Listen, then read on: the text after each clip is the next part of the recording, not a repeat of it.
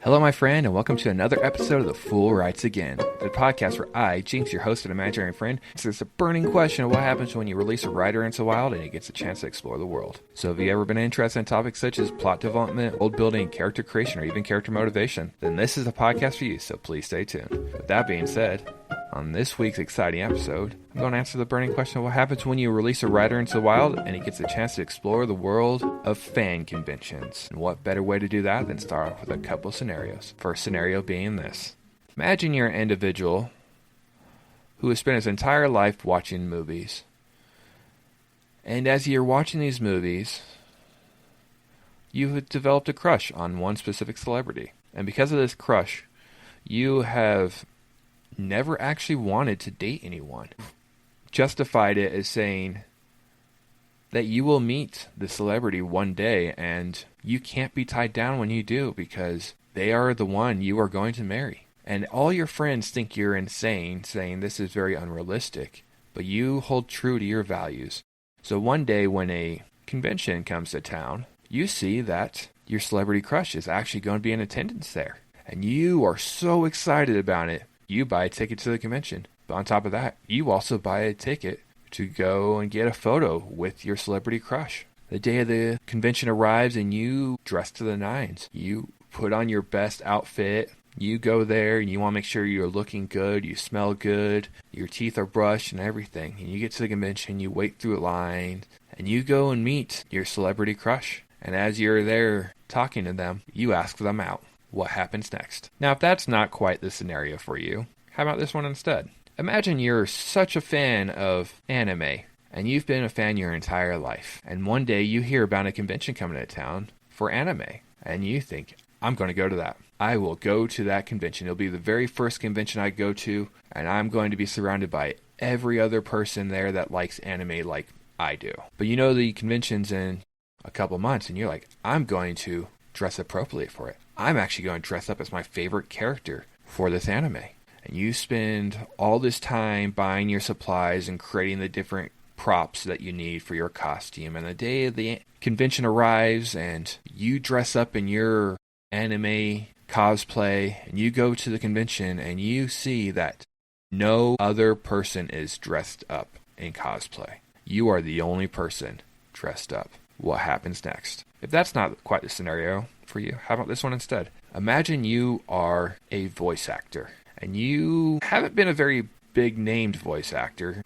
You've only voiced a couple small characters in anime, and you've also managed to voice a game character, and nothing special. You don't really expect people to know you, but you decide to book a booth at a anime convention, and you think nothing's really going to happen from this. So the day of the convention arrives and you show up there, you set up your booth, and you go to the back room for a minute and you come back out, and suddenly you see the line in front of your table. It is actually circling around the room, and you think you are a lot more famous than you realized. What happens next? And if that's not quite the scenario for you, let's go a little bit more extreme. Imagine you're a fan of everything. You love video games, you love anime, you love movies, you love music, and all this stuff. And you hear about a convention for all of it. It's a 3-day convention, and you're going to go every single day of the convention. And you buy your ticket, you go to the convention, and the most unbelievable thing happens. The convention itself is divided into various areas. You have your area dedicated to anime, you have your area dedicated to movies, you have your area dedicated to music, and every time you walk into a new area, you actually get transported to the realm that movie or anime or music belongs to. And you can actually spend time in the world of your favorite anime or the favorite movie or your favorite game. And you think this is amazing. You go into one anime and you're like, this is a very much slice of life and I love it here and I don't want to leave. But then you wander away and then you get transported into the realm of music, or you get transported into your favorite movie, and you think to yourself, I can use this to my advantage. I'm going to go to one realm, my absolute favorite fandom, and I'm going to stay there. That is just where I'm going to live. But as you're on your way there, you accidentally get knocked into the world of a horror game. and you cannot escape what happens next. That should be enough of the scenarios. So let's move on. Now, I actually love going to anime conventions, and there's one in my hometown that I go to every single year, and it's a blast. Some years I go all 3 days, some years I only go 1 day. It is absolutely amazing to do. The very first year I went to an anime convention, I was just out of high school and I was very confused when I went to it. At that time, I didn't really know anything about anime. I knew it existed. I hadn't really watched it. But my friend dragged me along and we went, and I had a blast. And it wasn't just with the convention itself, it was the entire environment of it. Because everyone there is just going to have fun. You have your people who cosplay and dress up as their favorite characters, and you have your celebrities there that you never expected to meet, and you have people just enjoying life. And that first convention I went to was so far away from my home that me and my buddy, we actually had to get a hotel there. And the convention scene just lasted into the night even. Because once the convention was over for the day, the party and the after party started in the hotels, and we all just had a blast. And because of that one convention, I decided I'm going to go to a lot more of these. I've already spoke about one convention in an earlier episode, and that was an oddities convention. It's still the same thing. Every single type of convention I go to, I have a blast at. I don't care what it is. It could be an outdoor expo. It could be a home living convention. It could be anime convention or tattoo convention. Everyone is fun to me. But I think my absolute favorite ones are the anime conventions. And as I was saying, there's one in my hometown that I go to every single year. And I can easily spend all day there or all weekend there. Partially, I have to refrain myself because I tend to spend a lot of money at those conventions and buy lots of random memorabilia and things like that, which is fine. I enjoy it. But I also like meeting all the people there. I like meeting the celebrities there. I like meeting the fans there. I like seeing the fans that actually want to dress up as their favorite characters. And they don't care what people think. It could be the fan that dresses up as a very skimpily dressed character from their favorite anime. Or they could be the fan that dresses up in the most armor with the biggest weapons from their favorite anime and things like that. They're just having fun. They don't care what people think, and other fans enjoy that also. You can wander through a convention and you'll see all these amazing cosplays, and then you'll see all the individuals who decide to get photos with the cosplays. And as a cosplayer, no, I've never cosplayed. But I can imagine as a cosplayer, you would really like it if someone wants to take a photo of your costume and how you dressed up, and they appreciate it that much. That just makes me happy. And it also blows my mind on how much effort people put into their cosplay. You can tell some people spend thousands of dollars on their outfits, and they do all this amazing things to look exactly right. You can tell that some individuals go through and make all their props, and every single thing in there is homemade. They 3D print the props. They actually sew their costume and their clothing and everything like that. But then you have your individuals who still want to represent their favorite anime, but they can't afford to, or they don't have the time or the talent to create a costume. So they dress more modestly. They're wearing clothes that just have the logos of their favorite anime or their favorite movie or things like that. There's nothing wrong with that. And no one thinks there's anything wrong with it. It's just how you celebrate your fandom. Then there's the other cosplayers that are fun to watch, because they are now taking on the personality of their favorite character. And they're going through and interacting with every other costume out there. Specifically speaking, the cosplayers who cosplay as Deadpool.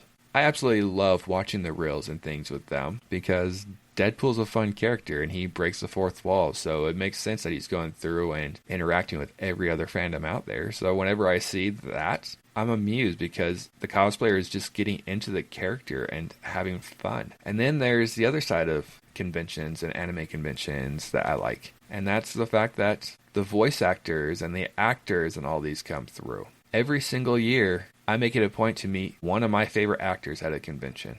When I first started going to this anime convention, I encountered a celebrity that I never expected to. Kane Hodder. Kane Hodder played Jason in several of the Friday the 13th movies, and that is one of my absolute favorite series out there. So when I saw he was there, I had to meet him. I waited in line to go get a photo and autograph with him, and it was amazing.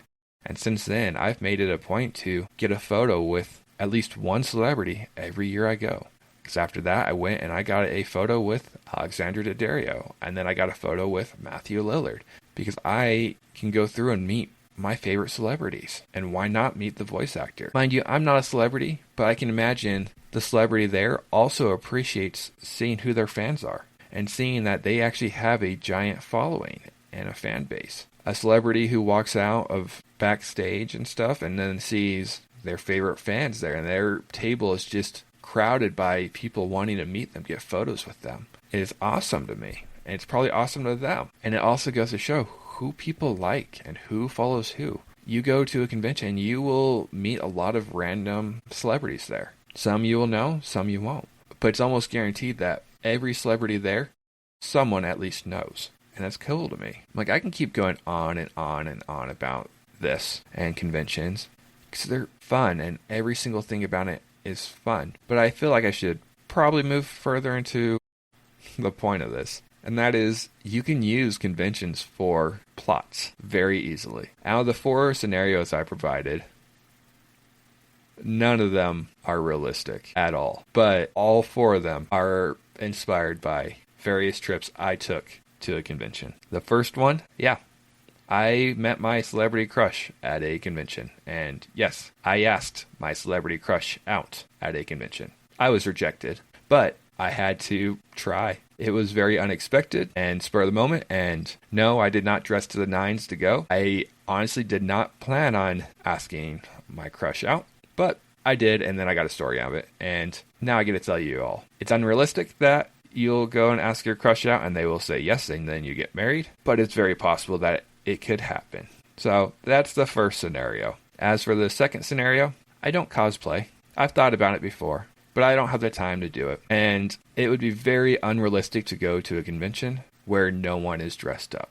That is almost unheard of. In fact, more and more people are dressing up at every convention now because it's becoming more acceptable. So to dress up as a person and go to the convention to find no one's there, very unlikely. But you could create a story out of it. What if your person actually tries to do this? What happens? It is the question that you should ask when creating a plot.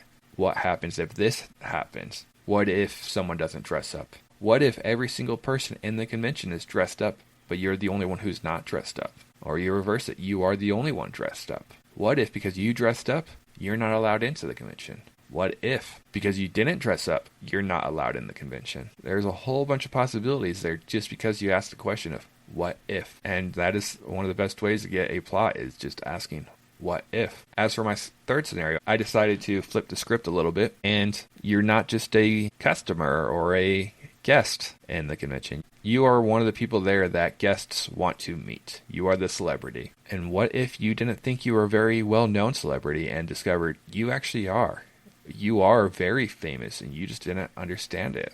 When I went to a tattoo convention years and years ago, I met Jeff Goldblum. And apparently Jeff Goldblum was very surprised that he was such an inspiration in the art society. He did not realize so many people got tattoos of him or his movies or anything like that. And it was a complete shock to him. So I kind of played around with that idea. What if you were a celebrity that didn't know you were actually that famous? What would you do? What if you were a celebrity who was so prideful and you thought everyone was there to meet you, and you discover no one actually waited in line and no one wants to meet you? What would you do then? What happens? Does that change your outlook on the world? I don't know. Not my story.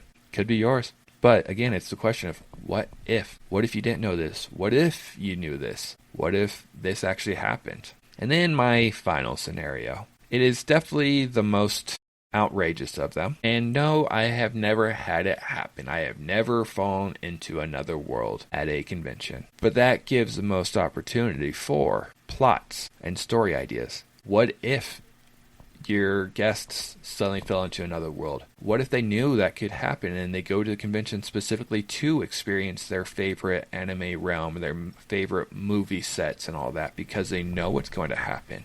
And they can go and live with their favorite characters for a few short hours a day? Or what if they didn't know it was happening, and suddenly, because of some magical device, every single person in the convention gets transported to a different realm? Not all to the same realm. They're transported to the realm of the anime or the movie that they are closest to at that time in the convention. What happens next? Is your character the one that gets transported to a fantastical realm, somewhere that they actually can live and be happy? Are they stuck there? Can they not leave? Or can they just come and go of their free will? Maybe they got transported to a video game and they have to actually beat the game before they can leave. That happens in some anime already, but you can still write a story and flip it a little bit and alter it to be your own.